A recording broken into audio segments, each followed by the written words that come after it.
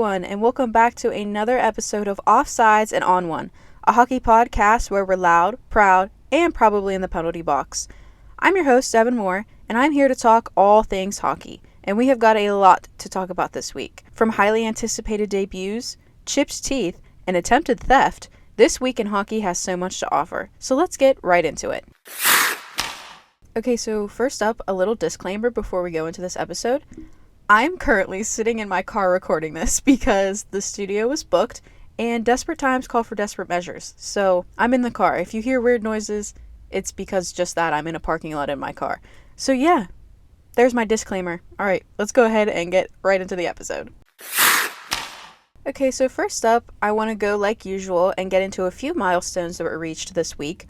So, of course, again, we have another Alex Ovechkin milestone. Last Wednesday, Alex Ovechkin became the first player in NHL history to reach 900 goals with an awesome no-look backhand goal against the Blues. After this goal, Jordan Binnington decided he was going to try to snatch Ovi's 900th goal puck, but that was quickly shut down by the refs because they went over and got it. But this was a whole thing on Twitter, and I'll get into the Ovi goal in a second. We'll talk more about that, but I want to talk about the Binnington thing first. This was a whole thing on Twitter because everybody was like attacking him because not a lot of people enjoy Jordan Binnington, but he was like, oh, if that was Marc-Andre Fleury, everybody would have laughed. And I specifically saw a tweet that was like, well, Marc-Andre Fleury is a likable person, so not to say that Jordan Binnington's not a likable person. I'm not here to hate on anybody unless you're Trevor Zegras, but But yeah, people were upset with Jordan Binnington for that, but the Caps would go on to win that game 6-1. Another milestone reached this week was when Nazem Kadri played his 1,000th game last Wednesday against the Blue Jackets at home. The Flames would go on to win this game 5-1, and Kadri even had a goal in the game, which is pretty cool. The whole thing they did was really sweet. They had the 1,000 jersey. He was out there on the ice with his family. It was so nice. But yeah, Nazem Kadri's great, and happy for him. Congrats on the 1,000th game. So the last milestone I want to highlight this week is that earlier last week, Macklin Celebrini became the fastest teenager to reach 20 points in a season since Sidney Crosby did in 2006. Macklin Celebrini now sits at number 3 in the league with 24 points, behind Connor Bedard and Leo Carlsson, who are both tied for second. Now, I just thought this was super cool. Obviously, Celebrini is just absolutely unbelievable, but to see that sort of statistic compared to an 18-year-old Sidney Crosby, it's like, oh wait, it's like history repeats itself, and you don't necessarily realize that or connect those dots until you see a stat like that, me at least, but I was like, wow, that is so sick. That's also me being a little hockey nerd, like a stats nerd, but whatever, but yeah, Macklin Celebrini is the quickest teenager to 20 points in a season since Sidney Crosby.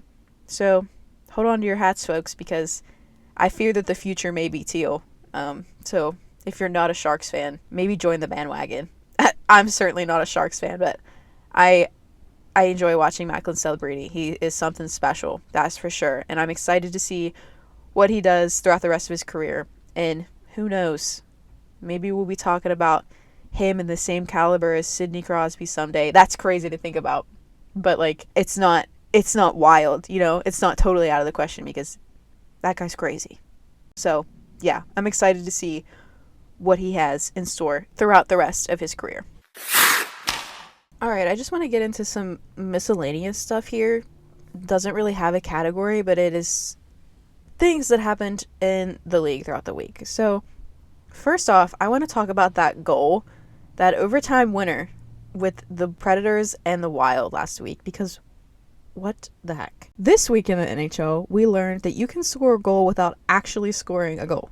Last Tuesday, the Wild won an overtime game with a very controversial goal from Marcus Johansson when he scored after the net had been knocked off its pegs. Now, that was determined to be a good goal because the refs said that even if the net wouldn't have been knocked off by the Preds goaltender, that it still would have went in. But I'm just confused because since when does a goal count when the net's knocked off? I mean, like, It not even that the puck went in the net or it was like crossing the line as it went off. The net was completely detached off the top bar down. Like, the whole thing is just ridiculous. I mean, I can't have the video in here, but I encourage you to go watch it to see for yourself, because I don't get it. But I'm not an NHL ref, so, probably a good thing I'm not an NHL ref. Actually, no, it would be a good thing because these guys are blind. But yeah, it was determined a good goal. I guess that makes it fair. Who knows? But some crazy stuff going on. And Preds fans were pissed off. Thankfully, it's not like a playoff game or anything or a game with stakes, but good night. If it was, holy crap, this is something that I'm sure we're going to look back on and talk about for a long time. But if it was a playoff game, all hell would break loose. But yeah, I personally don't think that it should have counted. But again, not an NHL ref. But that's my opinion. Now, ladies and gentlemen, I want to take a moment of silence for Macklin Celebrini's teeth. Thank you for that moment of silence there. So, basically, last Friday against the Jets at home, Celebrini took a high stick that chipped a few of his front teeth. And the look on his face when he stood up from this, and like he goes to feel it like with his glove, and I can't tell if he's like going to feel it to see if his teeth are there or if he's like pointing to the ref or what, but the camera, that shot is golden. It is hilarious. Sorry, Mac, that is so funny, but guess what it is. While that sucks for Celebrini, the internet once again had a field day, and the memes were flying, and I was there for every single one of them. My personal favorite is the tweet that I have up on the screen now. I laughed at this for, I don't know, it was probably 10 minutes. Like, I was sitting there just giggling to myself, because it's just, Celebrini, come on. But unfortunately, Celebrini didn't last very long, because he got his jibs fixed the next day. So, unfortunately, Celebrini didn't last very long for me, but I'm still going to be saying that all the time. So, if you ever hear me say Celebrini, you come back and click to this episode to know what I'm talking about. But before he lost his teeth, Celebrini scored an incredible breakaway goal that's going to be on highlight reels for now until the end of time. And it was the equalizer for the Sharks, who would ultimately go on to win that game against the Jets 2-1. And speaking of that game against the Panthers, the Sharks went on to win that game too. They beat the Panthers, the back-to-back Stanley Cup champions, 3-1. So, who knows? The Sharks might be on a heater, going on a heater right now. They're on a 2-game win streak, so who knows? They play tomorrow night. We'll find out. But yeah, here I am again, glazing the Sharks. Something's not right. Somebody, get me out of here. Get me out of here! In that same vein of sick goals, we have a few other ones that I want to talk about this week. And first up, I want to talk about that Bedard goal against the Flames. Like, are you serious? That was ridiculous. I mean, absolutely disgusting. And not only did Bedard have that ridiculous dance around the defense goal, but he also had 3 assists that night, giving him a total of 4 points. Those 4 points would push him ahead of Macklin Celebrini in the league standings. As I said earlier, he and Leo Carlsson are tied for second in the league standings. And the Hawks would go on to win this game 4-0, with Spencer Knight having a shutout, making 33 saves. That kid is on one right now. I have been on the Spencer Knight train. Don't even play with me. I have been on this train. And since going to Chicago, he has looked like an absolute genius. Just a total masterclass from that guy. And this night is a perfect example. And the last goal I want to talk about from this week that was ridiculous was Nathan MacKinnon when he scored an incredible goal right out of the box Saturday against the Oilers. I gotta say it was very Crosby-esque. Sid has done that once or twice in his day, but as soon as Nate hit the ice, the puck found his stick like a magnet, and of course, he's Nathan MacKinnon, so he found the back of the net. It was an incredible goal, and the Avs would go on to win this game 9-1. Like, that is ridiculous. There's somebody staring at me right now. I look like an absolute freak. He's also carrying a spider plant. Anyway, the Avs would go on to win this game 9-1. And honestly, what's the over-under of Connor McDavid and Leon Draisaitl taking their heated driveways elsewhere? Taking their heated driveways in their dystopian looking houses elsewhere. If you don't know what their houses look like, give it a Google, because they're really like, they freak me out. But yeah, how long do you think those boys are going to last in Edmonton if they keep this up? All right, you know what? I have waited long enough. Guess what? It's time to talk about the Pittsburgh Penguins. Bow, bow, bow, bow. Shocker, I know, right? Me talking about the Penguins, that never happens. But yeah, I have written in the script, I want to talk about the Penguins real quick. It's not going to be real quick. So, sit with me here, folks. The Penguins had a big-ish week this week. And no, I will not be talking about Monday night's game against the Leafs. Under any circumstances, thank you. But last Thursday, November 6th, Sid and Ovi played for the 99th time. They played each other for the 99th time. And in that game, the Pens continued to prove that a 3-0 lead is the scariest lead in Penguins hockey. And in that game, Ben Kindle earned his first NHL career assist to who other than Sidney Crosby. Kindle is currently enrolled in the Sidney Crosby School of Deflecting in front of the net. Once he's graduated from the Sidney Crosby School of Deflecting in front of the net, the Penguins are winning 8 Stanley Cups in a row. Thank you very much. In Malkin, like I said earlier, he had a nasty feed to Rusty to get the Pens back on top after a late comeback from the Capitals. But to cap this beautiful night off, Connor Dewar won Pittsburgh Big Macs after scoring in the empty net. Thank you, Connor. I unfortunately didn't get my Big Mac because I am stuck somewhere where they don't honor the Penguins' Big Mac attack. But I still appreciate him. And I'm happy for everybody that got a Big Mac. If you got a Big Mac, make some noise in the comments. But yeah, that was a sick game. Thank God we won, or I would have just probably had to scream and take a hiatus or something. But yeah, thank goodness. All right, everybody. So I'm still on the Penguins rant here, but I want you to put your tinfoil hats on for a second, because just stick with me. Hold my hand through this. Now, I want to preface this with the fact that it's early in the season. Obviously, we don't know how good these Penguins really are, but come on now. Let me have this win and ride this high for as long as I possibly can, because I need it. And hockey is more fun when the Penguins are good. So that's it. There was my disclaimer. Here I go. The Penguins power play, the first unit of the power play, is the most lethal power play unit Pittsburgh hockey has seen in years. It dare since I say the HBK. Who said that? Who said it? Sorry. But, we're winning now, babe. Forget about tanking for McKenna. Who needs Gavin McKenna when you have Ben Kindle? Thank you very much. Say it with me now. Amen. Amen. That Kindle Crosby Rust line, somebody sedate me. I mean, seriously. It is perfection, and it is gorgeous, and it needs to stay like that for the rest of the season. Please, Dan. Please. Dan, thank you. All I'm saying is, get ready to put the Kindle statue next to the 3-headed monster statue. I don't know where we're planning on putting all of these, the Crosby, Letang Malkin statue. I don't know where we're putting her, but make room for Ben Kindle on the end of that. Glad I didn't overreact there, right? Glad I'm not hyping this kid up too much, right? Anyway.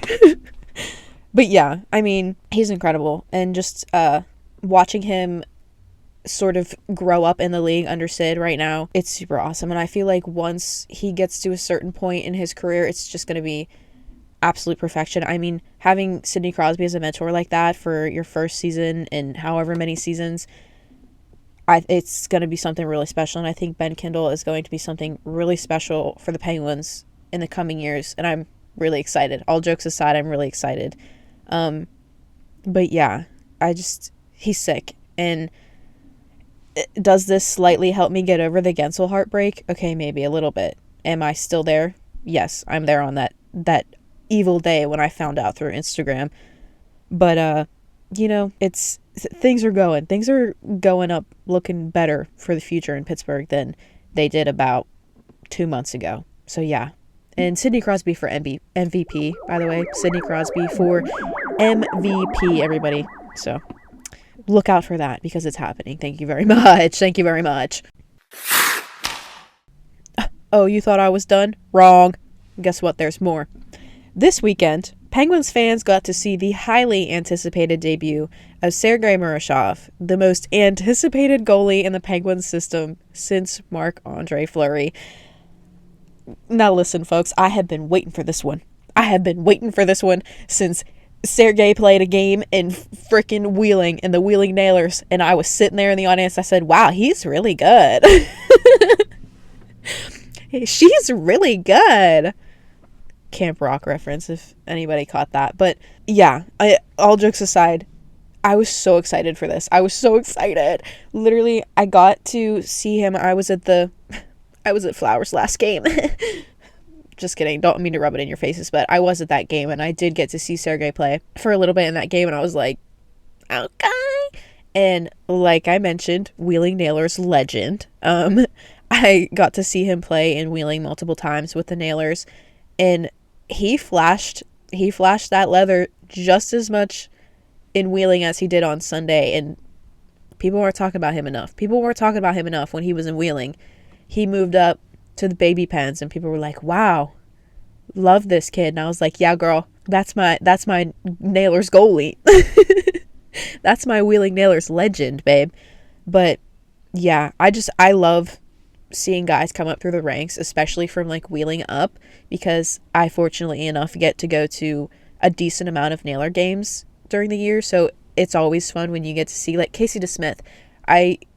When Casey DeSmith was with the Nailers, it was a time where I was able to go to multiple Nailers games a week because I had an in to the game. I was able to go to multiple Nailers games a week, pretty much, me and my cousin.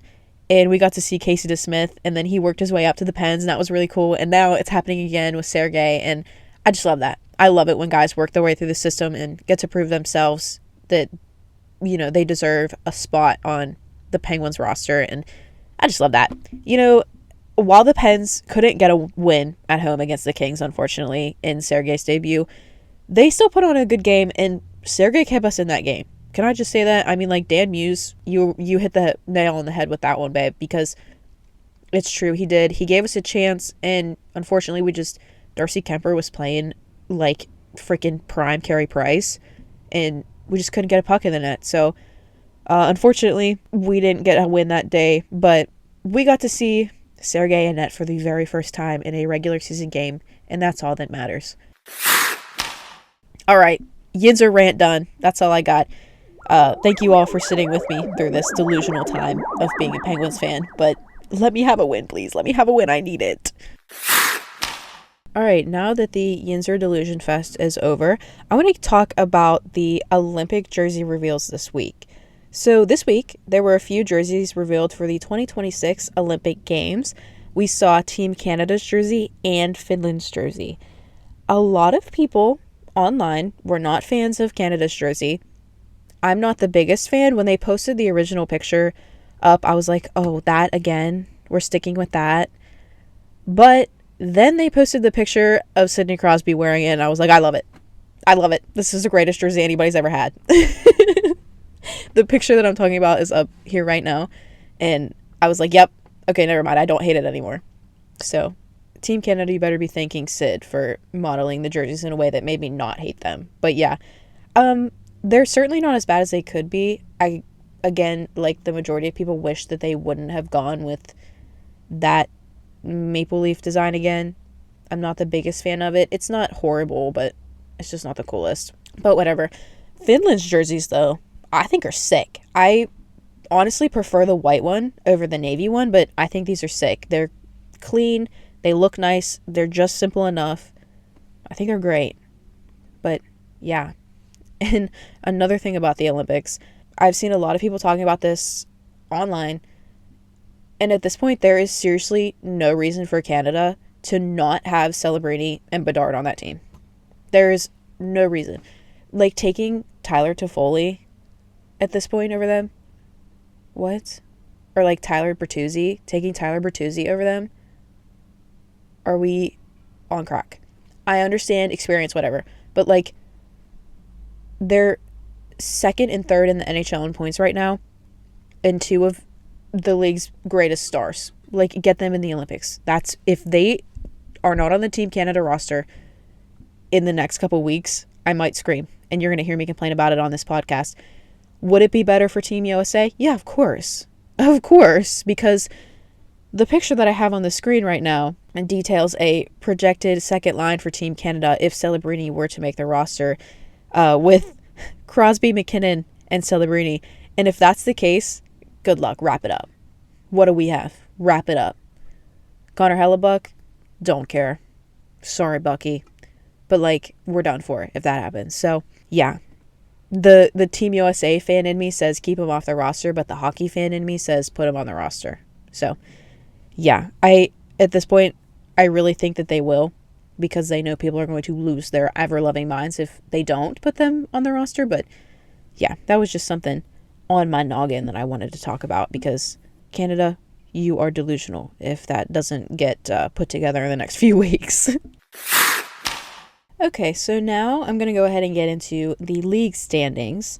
So these are the league standings as of Monday, November 10th at roughly 2 o'clock.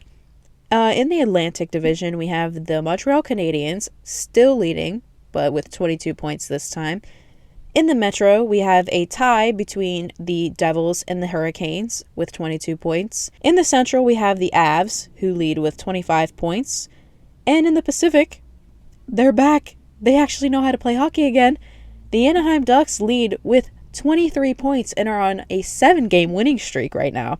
So welcome back, Pacific Division. Sorry I wasn't familiar with your game. I've been really hating on you for the past few weeks, but you proved me wrong.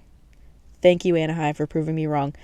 And obviously the Avs lead the league with 25 points. Now I want to go into the player standings. I talked about this a little bit earlier, but Nathan McKinnon leads the league with 29 points and also leads the league in goals with 14. Like I said earlier, Leo Carlsson and Connor Bedard are tied for second in points, each having 25. And Macklin Celebrini sits right behind them at third with 23 points. All right, that's all for the standings we have this week. And now I'm going to go straight ahead into the winners and losers. We don't have a ton this week, but the ones that we do have are pretty good. Our first winner of the week doesn't have a lot of context. Frankly, no context at all. But it is this tweet with this picture posted by the Colorado Avalanche. And I think it speaks for itself. This is the greatest thing I've ever seen in my life. I want to know the context of this picture and how the hell they got him to put that mustache on.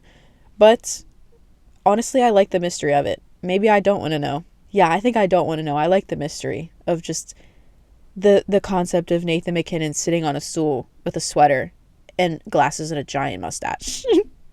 How did that happen? But leave it a mystery. Don't answer my question. It's a question that does not need to be answered at this time. Thank you very much. The next winner is going to be this tweet from a account that I don't remember the handle, but it's on the screen here. You can see the handle. It shows a video of Carter Hart, who is trying out his new equipment with the Vegas Golden Knights, and the caption reads, "Okay, but where's his ankle monitor?" Again, this is another thing that I saw on Twitter, and I giggled at for upwards of 10 minutes because that is just, you're genius. I love hockey Twitter. You all are geniuses. I love you. Except for when you're mean. Don't be mean, but like, that is gold. That is gold. The Carter Hart hate will never cease on this page. Will never cease on this podcast. So if you're a Carter Hart defender, get out. There's the door. But yeah, I thought this was hilarious. And finally, this is a more serious winner that actually doesn't involve a tweet this week. Can you imagine that? But the last winner is going to be all of the young guns across the National Hockey League. If for any reason you thought that the NHL's future wasn't in good hands, first of all, you're crazy. And second of all, the players of tomorrow proved this week that the future is now. Bedard, Celebrini, and Carlson have had such incredible weeks, as I talked about earlier. And that's just like the biggest highlight reel young guns, and not to mention so many others across the league. And the future is bright. The level of hockey that we're getting now when they're literally teenagers is incredible. Just imagine in a few years after they have a little bit of experience, and it's just great. And I'm so excited, especially going into the Olympics, getting to hopefully see a lot of these young guys on Olympic rosters. We're blessed. Hockey fans, this is a great era. Like the ESPN commercial that I quote all the time. The next golden era is now. I collaborate just fine from home. If you know, you know. If you know, you know with that one. But yeah, shout out to all the young guns. You guys are doing some great things for the National Hockey League right now. Okay, so we only have one loser this week. And that loser is going to be the boards at Rogers Arena because they almost knocked out Connor Bedard. We almost saw two of the league's biggest, brightest, youngest stars. Oh my god, okay. Okay, descriptive words. But, yeah, we almost saw both of the league's biggest stars lose teeth this week because the way that Bedard just, like, I forget who tripped him up, but he got tripped up and just went, like, he fell, like, on his knees, basically, and then just, like, slid face first right into the boards. Did I giggle? Yeah, I did. Once I realized that he was okay, I was like, okay, that was hilarious. But, yeah, boo the boards at Rogers Arena if you're able, because they almost knocked Connor Bedard out, just knocked him out cold, and also almost knocked all of his teeth out. So, good thing he didn't have to make a trip to the dentist, I guess. But yeah, that's our loser for the week. The boards at Rogers Arena. All right, folks. You know what time it is. We're going to go right into Bag O Hockey Cards. Of course, I have the bag right here with me. I gave it a mix. And if you don't know what Bag O Hockey Cards is, basically, I have a giant tote bag full of hockey cards ranging from the 1990s until now. And I pick a card, and I tell you who the player is, tell you a little bit about the card, read the card to you. If it's somebody I don't know, I'll give them a Google. If it's somebody I do know, that's great for me. I don't have to do any effort. I don't have to put in any effort. All right, I'm reaching into the bag. I was totally not speaking into the microphone just then. Like, oh, here we have David Pastrnak. I feel like we've had a lot of Bruins. We had Phil Kessel not that long ago, when he was on the Bruins. But yeah, we have this. What season is this card from? This is an OPG card, my least favorite brand of hockey cards. And this card is from the 2020-2021 season. Yeah, it's just a basic Pastrnak card. Not to bring it up for Bruins fans, because I was mean to you last week too, but when are you guys moving him? Because I know damn well he's not staying in Boston. Anyway, I won't talk about that much more because I know how upsetting that is. But, yeah. It's pretty sick. Scores a lot of goals, this guy. This is an OPG card, so there's nothing on the back except for stats. So, I'm not going to read you that because that's boring. But, yeah, this is a pretty cool card. Shout out David Pastrnak and the Bruins. Leave in the comments where you think David Pastrnak is going to go at the deadline. Anyway, that was Bag O Hockey Cards. Thanks for sitting with me with that. It was kind of a short one, but there's nothing on the back of this card, so sorry. All right, everybody. So that's just going to about do it for me this week. That's all I got. Tune in next week. Tune back in next Tuesday for more hockey talk and special segment where I rank the best mustaches so far of Movember, because it's the best time of the year. Hockey players across the league are growing out some incredible mustaches, and I'm going to be ranking my top 10 mustaches next week, so tune in for that. And of course, come back again next week for just regular hockey talk. We post every Tuesday. Go ahead and subscribe. Make sure you like this video. Follow us on social medias. They're all linked in the description, and our handles are up here on the screen. And yeah, I appreciate you very much for sticking with me through this very strange episode that I'm recording in my car. And it is heavily snowing right now, so the trek back to anywhere, literally anywhere but this car to edit, is going to be something for sure. So winter wonderland. But yeah, I appreciate you all. Thank you so much for listening, and I'll see you next week. Bye.